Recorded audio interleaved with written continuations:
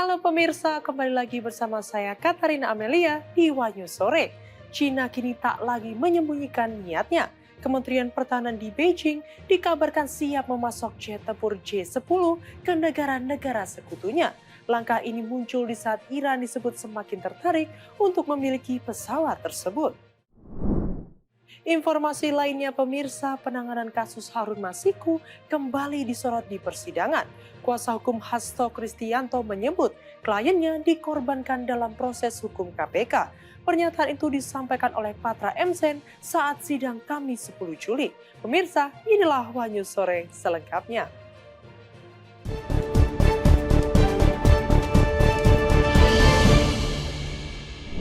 Sorotan dilayangkan Gubernur Jawa Barat Deddy Mulyadi terkait banjir yang melanda permukiman di Kabupaten Bekasi. Ia menilai banjir tersebut bukan semata faktor alam, melainkan akibat kelalaian teknis dalam proyek pengendali air.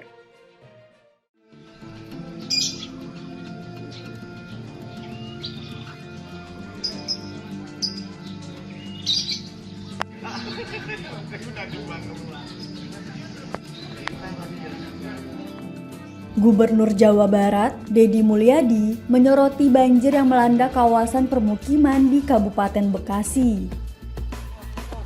Dalam video yang diunggah di akun Instagramnya, Deddy tampak melakukan inspeksi mendadak ke lokasi proyek yang tengah dikerjakan di kawasan perumahan Gede 1 Permai tahap 3. Dengan didampingi warga setempat, Deddy meninjau kondisi turap yang jebol di tepi aliran sungai. Dalam kesempatan itu, Deddy mengatakan banjir di lokasi tersebut bukan karena luapan sungai secara alami. Tetapi air sungai meluap karena disengaja, sebab sedang ada pembangunan turap atau polder pengendali air dari perumahan-perumahan ke sungai, sehingga benteng sungai dijebol.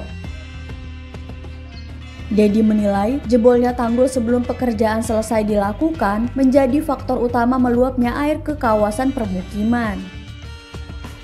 Menurutnya, hal itu merupakan bentuk keteledoran dari pelaksana proyek yang dianggap tidak memiliki kapasitas teknis memadai dalam mengelola pekerjaan pengendalian air.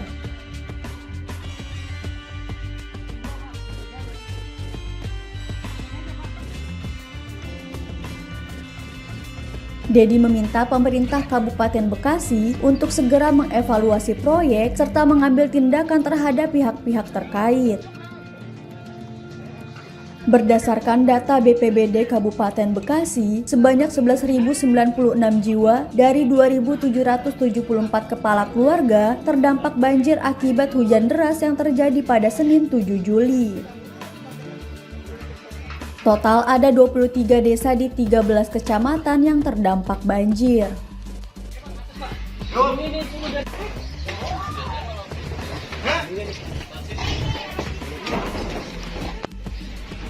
Ada berapa orang, Bu? 4 ya.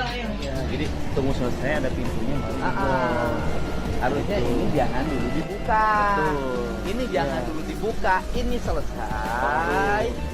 Ya kan? Udah ada pintu airnya, baru dibuka. Jadi sebenarnya ini air yang dari sini pindah ke sini. Iya betul. Pas mau ngop kan sampai sini. Wah ini mah banjir disengaja, Pak. Dulu ya.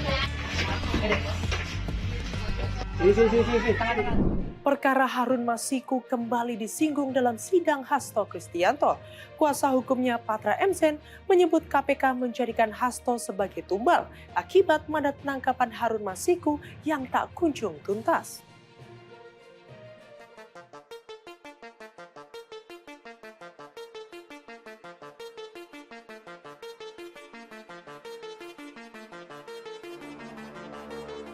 Kuasa hukum Sekjen PDIP Hasto Kristianto, Patra M. Zen menilai kliennya dijadikan tumbal oleh Komisi Pemberantasan Korupsi (KPK) karena kegagalan menangkap buron kasus suap pergantian antar waktu DPR Harun Masiku.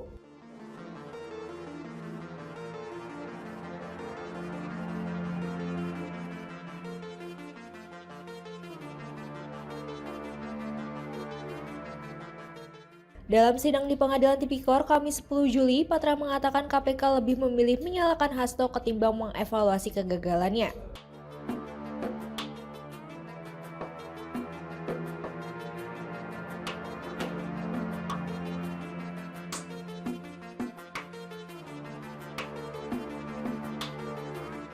Ia juga menyebut pengumuman operasi tangkap tangan Wahyu Setiawan dan pernyataan pimpinan KPK yang menyebut akan menangkap Harun dalam sepekan justru memberi kesempatan Harun kabur.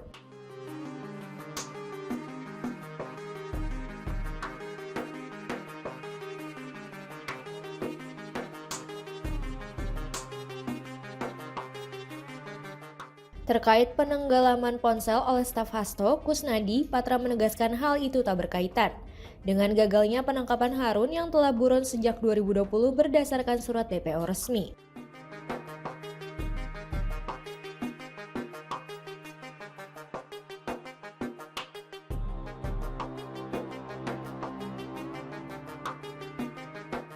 Sebelumnya, jaksa menuntut Hasto dihukum 7 tahun penjara dan denda 600 juta rupiah.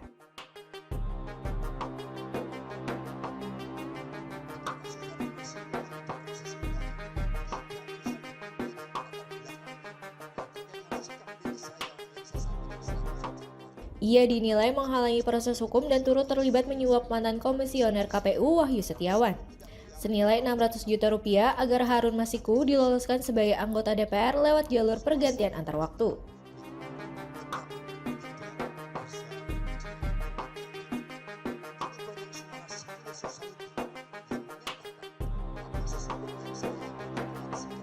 Hasto disebut terlibat bersama Harun, Doni Itri Istiqomah, dan Saiful Bahri.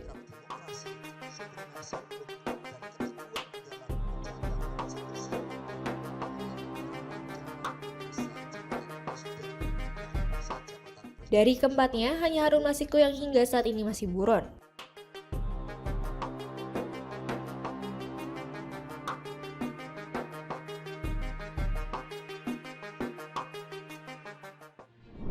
Di tengah memanasnya situasi di Palestina, Amerika Serikat menjatuhkan sanksi kepada pejabat PBB. Francesca Albanese dituduh menyebarkan antisemitisme dan mendukung terorisme.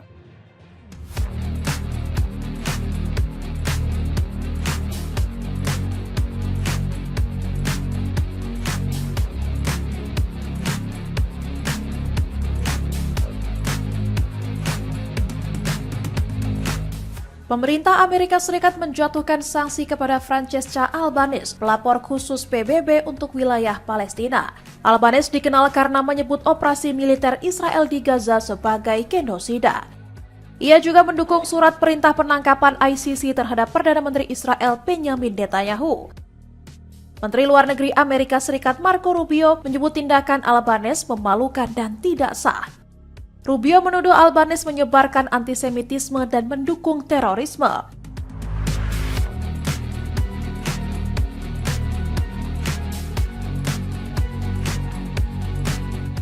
Ia juga dituduh mengirim surat ancaman kepada perusahaan-perusahaan Amerika Serikat.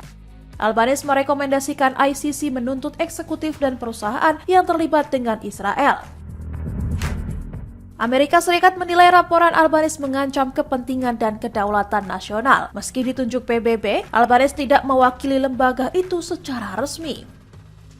Albanese juga mengecam rencana Trump memukimkan ulang warga Gaza sebagai kejahatan internasional. Israel memuji sanksi Amerika Serikat dan menyebut Albanese menyebarkan narasi palsu yang merusak kredibilitas PBB.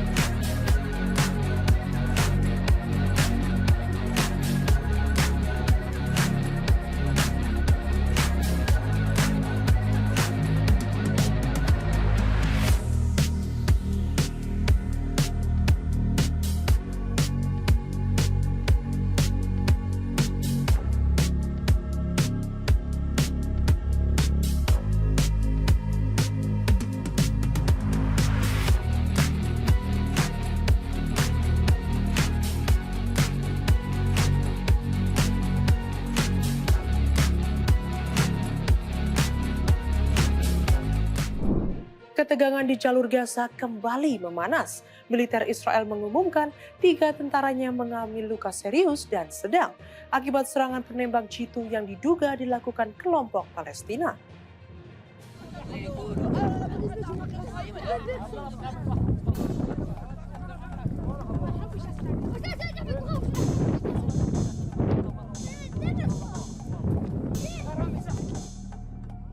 Tentara Israel mengumumkan pada Kamis 10 Juli 2025 bahwa 3 tentaranya terluka serius setelah ditembak oleh penembak jitu kelompok Palestina.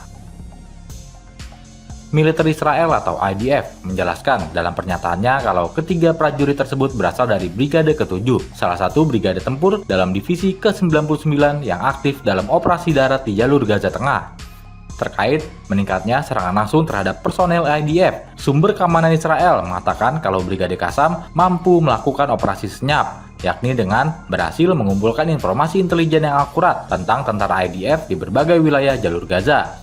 Informasi akurat mengenai keberadaan personil IDF ini digunakan Al-Qassam dalam serangannya. Sumber tersebut menambahkan bahwa Hamas menggunakan informasi ini untuk melakukan serangan penembak jitu yang terorganisasi, meluncurkan rudal anti-tank, dan menggunakan alat peledak pada berbagai jarak dan dalam berbagai informasi.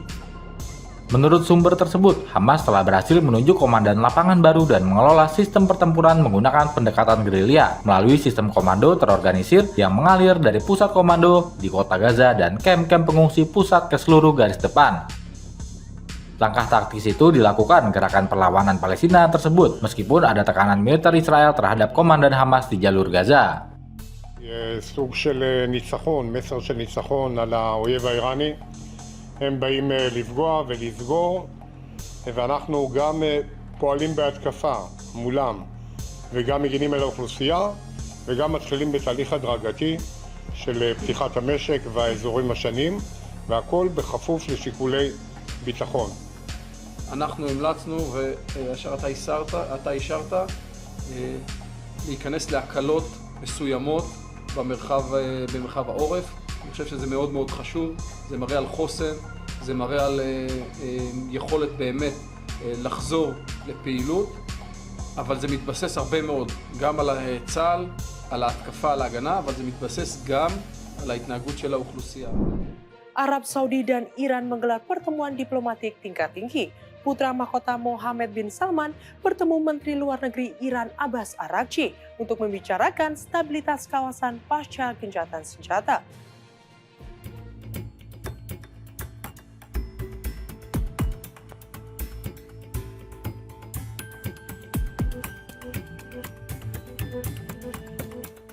Arab Saudi dan Iran mengadakan pertemuan tingkat tinggi di tengah meredanya konflik antara Iran dan Israel.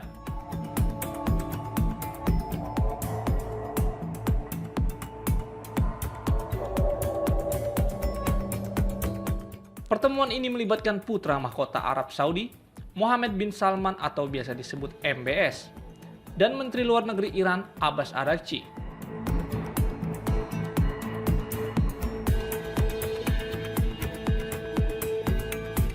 Sekitar 2 pekan setelah gencatan senjata antara Teheran dan Tel Aviv diberlakukan.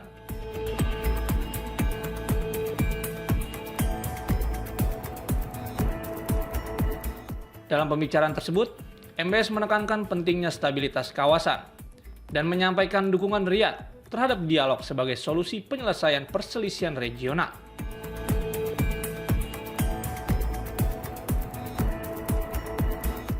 Pertemuan berlangsung setelah serangan udara Israel pada 13 Juni menewaskan lebih dari 1.000 orang di Iran, termasuk komandan militer dan ilmuwan nuklir.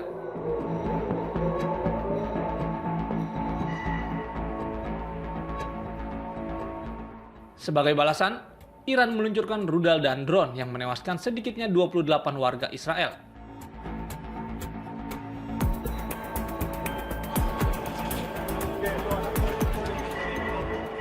Amerika Serikat kemudian turut melancarkan serangan terhadap fasilitas nuklir Iran pada 22 Juni, sebelum akhirnya gencatan senjata diberlakukan 2 hari kemudian.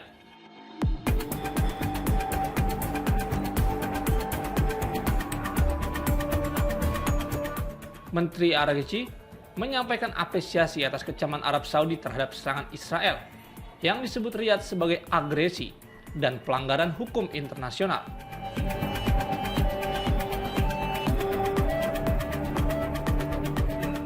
Iran menyambut sikap Arab Saudi yang mengungkapkan keprihatinan mendalam atas serangan Amerika Serikat.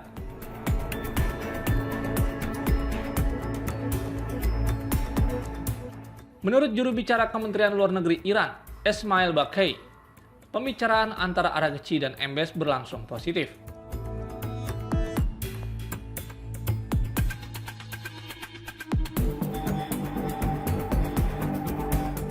Dan turut dihadiri Menteri Luar Negeri Pangeran Faisal bin Farhan, serta Menteri Pertahanan Pangeran Khalid bin Salman.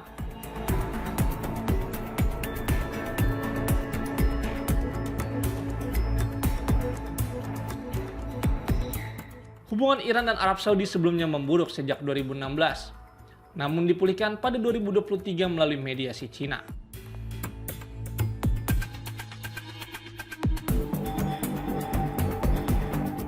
Kedua negara kerap berseberangan dalam konflik regional, termasuk di Suriah dan Yaman.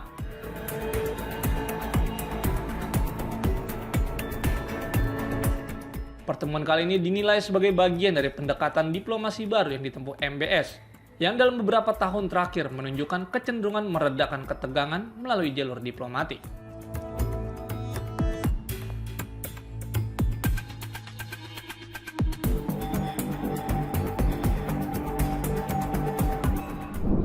Gerakan militer Cina kembali menarik perhatian. Beijing siap memasok jet tempur J-10 ke negara sekutunya di tengah meningkatnya ketertarikan Iran terhadap pesawat tersebut.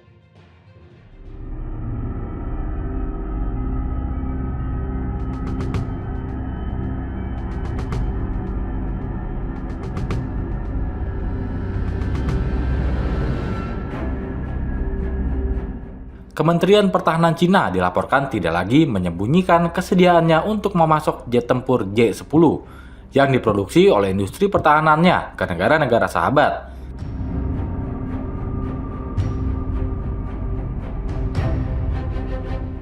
Bersedianya Cina menyuplai negara-negara sekutunya ini terjadi pada saat Iran dilaporkan semakin tertarik untuk memperoleh pesawat tersebut.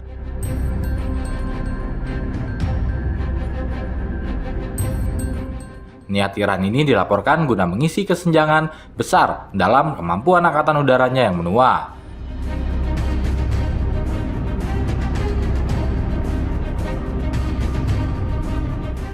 Jika Iran mendapatkan jet J-10 Cina ini, maka Teheran kemungkinan besar bisa mengimbangi superioritas Israel.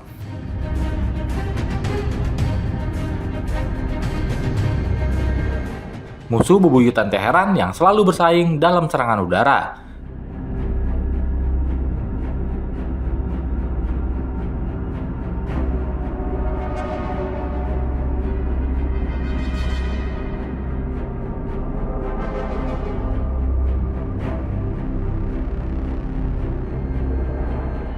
Dalam pernyataan, juru bicara Kementerian Jiang Bin menekankan bahwa Beijing siap berbagi pencapaian pengembangan alutsista dengan negara sahabat.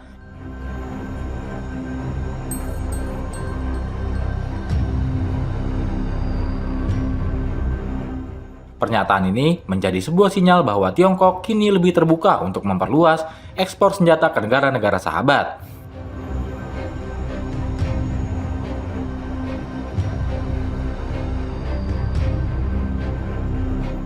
Meskipun Jiang tidak menyebut Iran secara langsung, beberapa laporan menyebutkan bahwa pimpinan Teheran telah mengadakan negosiasi serius dengan Beijing untuk memperoleh J-10C, jet tempur multiperan generasi 4,5 yang sering dijuluki Rafale Killer oleh para analis regional.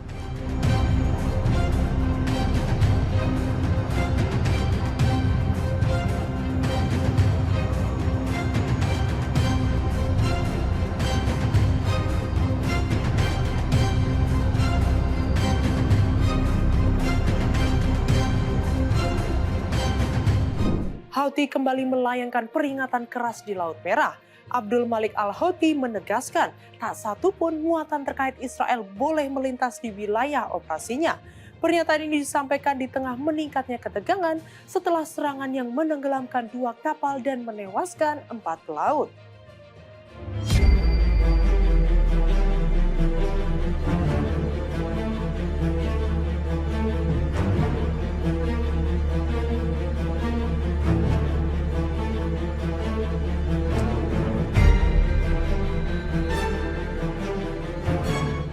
Pemimpin kelompok Houthi, Abdul Malik Al-Houthi, menyatakan dalam pidato yang disiarkan di televisi pada Kamis 10 Juli bahwa tidak ada perusahaan pelayaran yang diizinkan mengangkut barang ke ataupun dari Israel.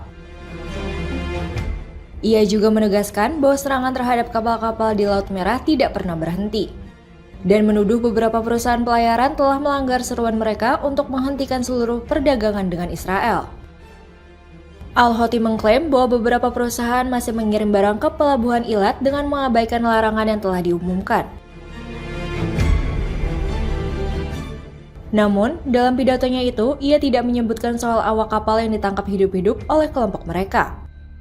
Pada Kamis, tim penyelamat menemukan 4 jenazah awak kapal yang sebelumnya dinyatakan hilang setelah kapal Eternity Sea milik Yunani dan berbendera Liberia ditenggelamkan oleh pemberontak Houthi di Laut Merah. Pihak Amerika Serikat menduga bahwa beberapa awak lainnya telah diculik oleh kelompok tersebut. Houthi merilis rekaman dramatis saat kapal Eternity Sea diserang dan tenggelam, menunjukkan mereka menembaki kapal, serta menggunakan drone bermuatan bom selama berjam-jam yang menewaskan 3 awak kapal. Serangan terhadap Eternity Sea dan sebelumnya terhadap kapal pengangkut Magic Seas pada Minggu 6 Juli menandai peningkatan kekerasan oleh Houthi setelah beberapa bulan mereka menahan diri dari menyerang. Kelompok tersebut mengaitkan kampanye serangan ini dengan dukungan mereka terhadap Palestina dalam perang Israel-Hamas di Gaza. Sementara itu, kemungkinan gencatan senjata baru dalam perang Israel-Hamas serta masa depan negosiasi antara Amerika Serikat dan Iran terkait program nuklir Iran yang sedang terpuruk masih dalam ketidakpastian.